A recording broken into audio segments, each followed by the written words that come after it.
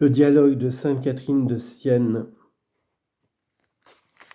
Le don de la conformité au Christ, chapitre 22. Comment, si les trois puissances de l'âme ne sont pas unies ensemble, il est impossible d'avoir la persévérance sans laquelle on ne saurait arriver à la fin. Je t'ai expliqué que les trois gradins figuraient de façon générale les trois puissances de l'âme. C'est elles qui sont ces trois degrés dont on ne peut gravir l'un sans l'autre, si l'on veut passer par la doctrine, par le pont de ma vérité. Si elle ne tient unies entre elles ces trois puissances, l'âme ne saurait non plus avoir cette persévérance dont je t'ai parlé précédemment, lorsque tu m'en demandais à quels moyens devaient recourir les voyageurs pour sortir du fleuve, et quelle était la signification précise de ces trois degrés. Je te dis alors que, sans la persévérance, nul ne pouvait toucher au but. Or, il y a deux buts, qui tous deux exigent de la persévérance, le vice et la vertu. Si tu veux arriver à la vie, il faut persévérer dans la vertu. Qui veut aller à la mort éternelle n'a qu'à persévérer dans le vice. Ainsi, par la persévérance, l'on vient à moi qui suis la vie, et on va au démon qui donne à boire l'eau de la mort. Chapitre 23. Explication de ces paroles du Christ. Celui qui a soif, qu'il vienne à moi. Jean chapitre 7, verset 37.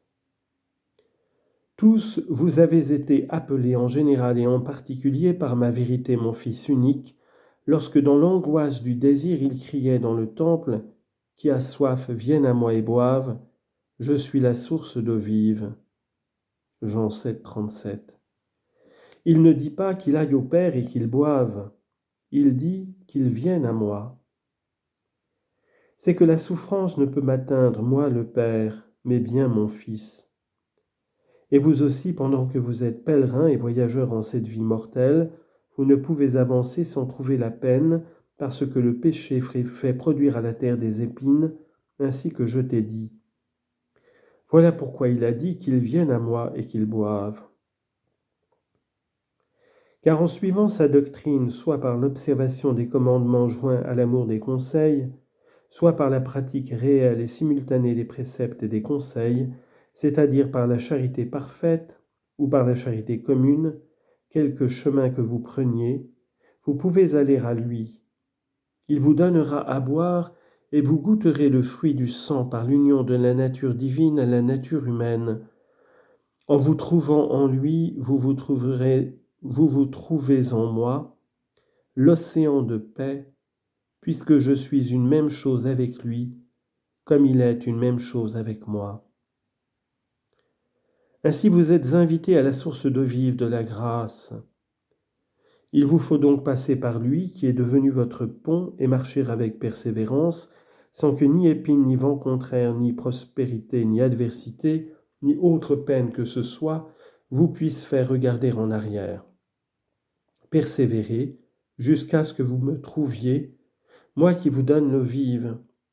Et c'est par l'intermédiaire de ce doux verbe d'amour, mon Fils unique, que je vous la donne. Mais pourquoi dit-il donc « Je suis la source » ?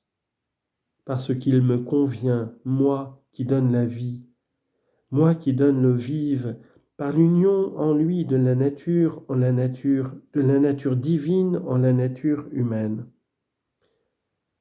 Pourquoi dit-il aussi qu'ils viennent à moi et qu'ils boivent ?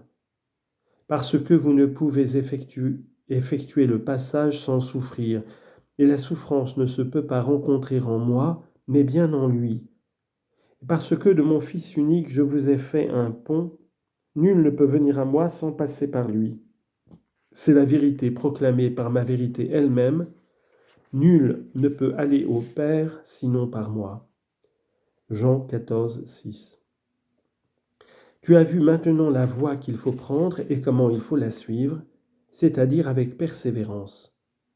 Sans cela, vous ne pourriez boire l'eau vive, car c'est à la vertu de la persévérance qu'est accordée la gloire et la couronne de victoire en moi, l'Éternel.